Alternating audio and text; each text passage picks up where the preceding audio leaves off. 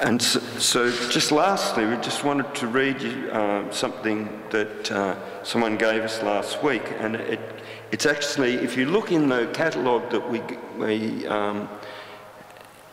the printed matter that we provided in the catalogue, hopefully in some ways these pictures of audience, you'll recognise yourselves in there, that we've made a presentation of pictures of selves, and, a presentation of pictures of audiences, and they're audiences that we've delivered to, that we've found on the internet, all different types of audiences behaving in different ways. And so that what we're hoping today, in one way or another, that we're going to be making some kind of research with you. And I'm making a lot of mistakes here now. And so I just wanted to read to you this fantastic quote, because someone gave us the actual book from 1971 last week, from Robert Filliou, the French artist, that when he talks about research, he says, "Research is not the privileged domain of those who know. On the contrary, it's the domain of those who do not know. Turning your mind, paying attention to anything you fail to understand is research." So let the research begin. Thank you.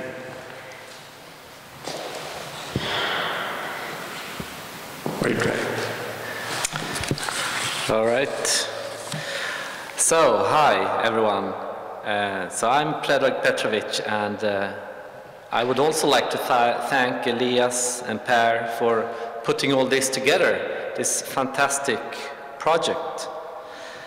And I would also like to say hi to Jackie and Jeff, and I think this is great that we can all get together and do this together. So just a couple of words about me. I am a doctor working in psychiatry with patients, and also I am a brain researcher. So I try to understand how the brain tries to process information as a system, on a system level, and how we can at least try to understand some very fascinating components, like what expectation is, what the placebo effect is, how we actually construct what we experience as our reality, and how this can apply also to different psychiatric disorders, like, for instance, psychosis.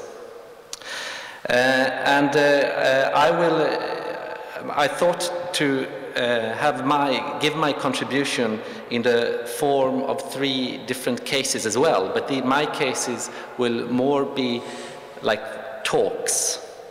But you should view my talks more as streams of thoughts, and no more and no less. There are no rights and no wrongs, just ideas that have crossed my mind. And I guess also that in between all the cases, we will have time to exchange ideas between ourselves.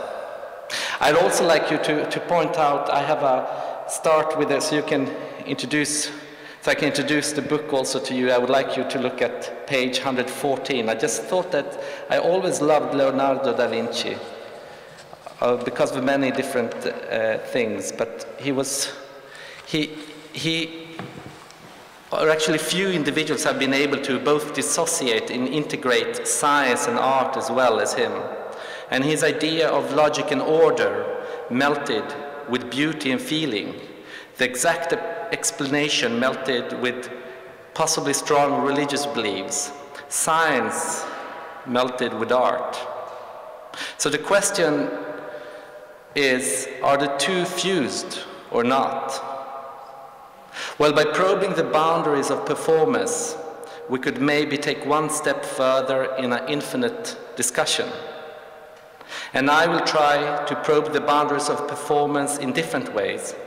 In the first parts or cases, which is divided in 2 talks, I will try to probe the boundaries of performance of our minds. And in the second part, or the last third case, I will try to probe the boundaries of performance. Thanks.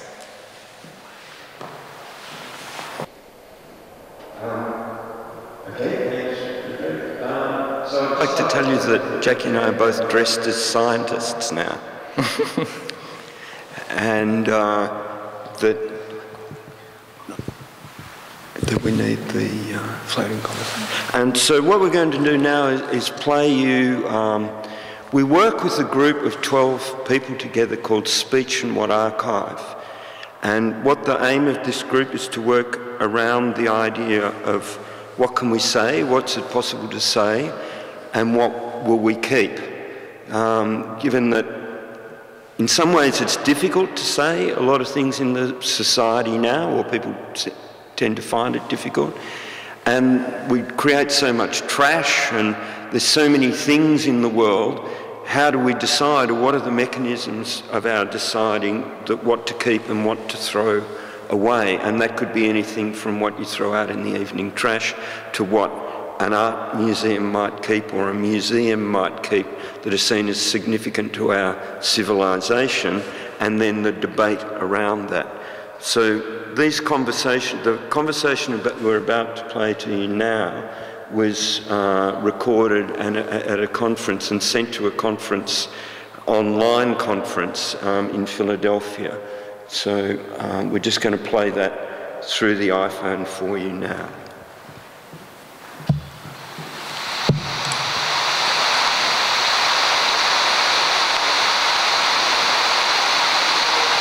Speech in What Archive, a floating conversation.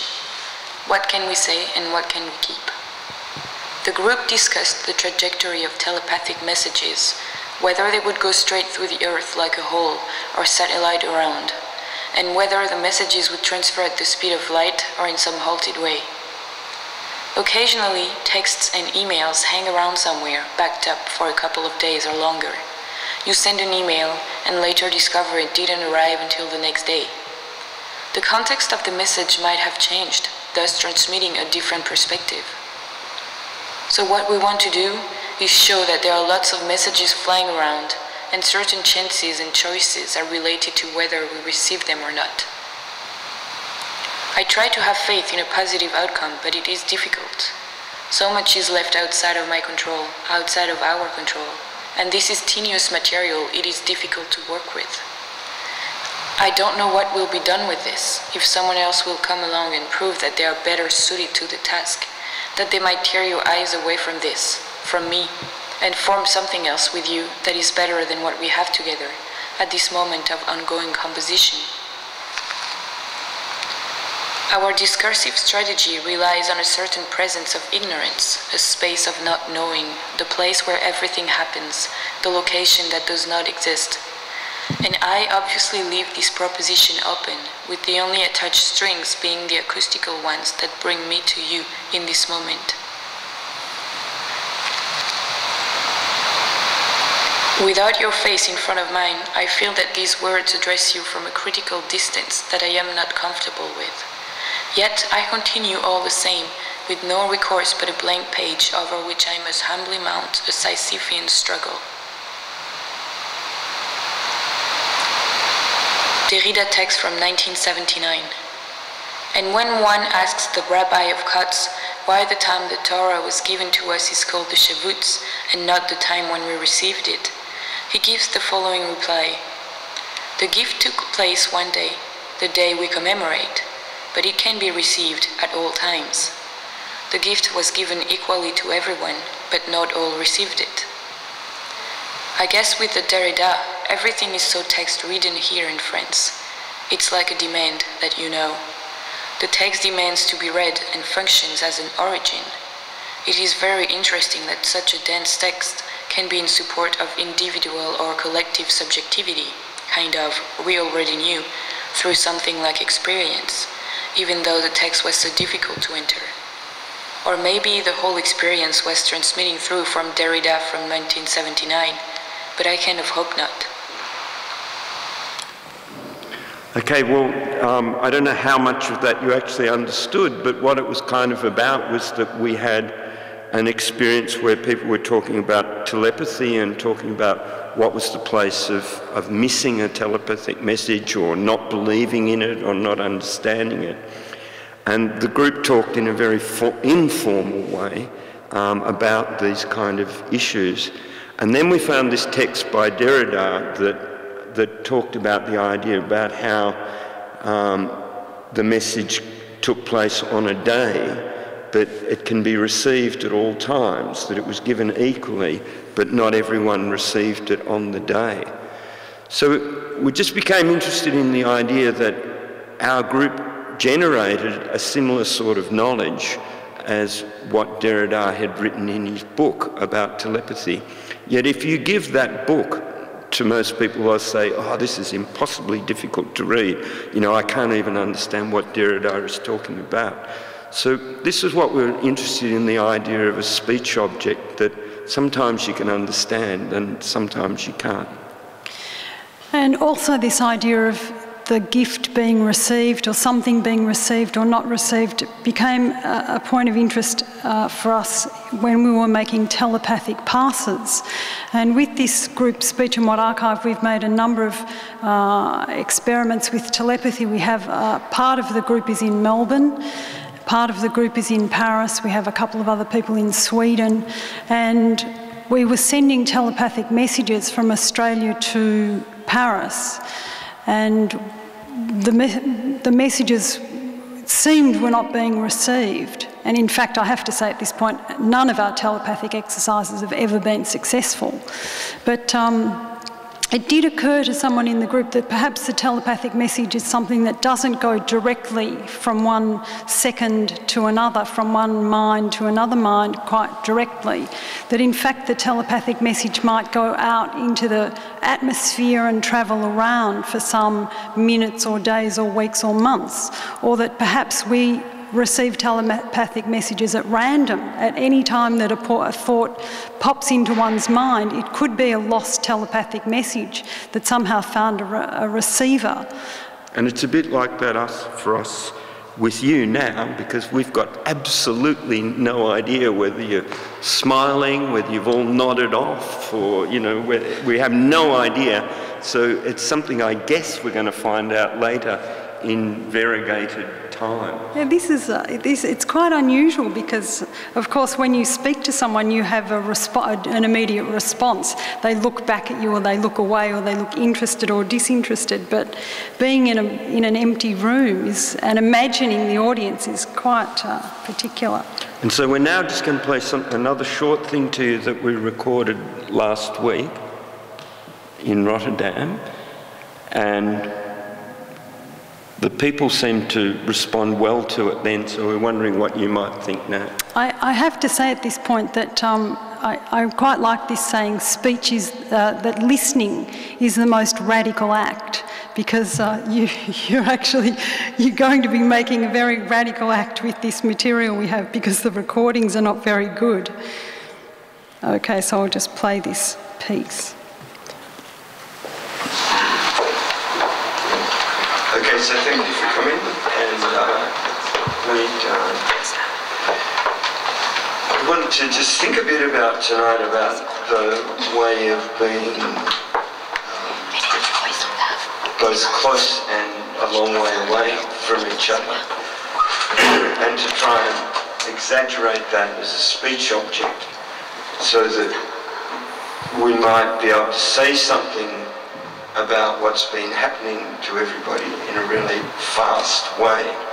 And so we were hoping that we might be able to come together with this audience here about some kind of not knowing what we're doing in a shared space, about not being able to really understand what's going on, but that we don't understand kind of together. And so we've been working on this in various ways with our group called Speech and What Archive, which talks about, which of the 12 people are here today. And it talks about, the idea is what can we say and what can we keep. So the idea is like everything gets thrown out in the trash all the time, and what is it possible to say and what will inevitably be kept. And we've tried to make a conversation about that, and that's what we're also doing here for you tonight. So, and then we've got these last two songs. Okay. We don't want to bring this to light too quickly.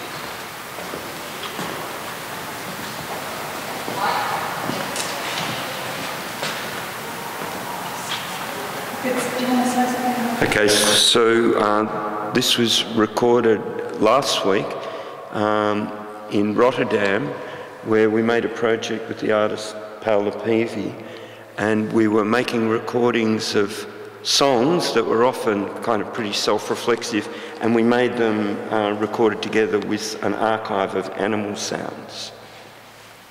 Cool.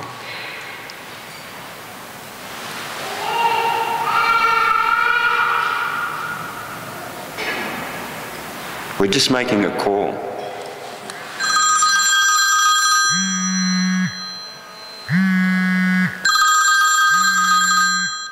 Hello? Predrag, that was our first case, so if you'd like to present yours. Okay, thank you very much, Jackie. I will continue. So as you just could hear, I just got an iPhone call here from Jackie. And she said that she's finished, or they are finished, and I should continue.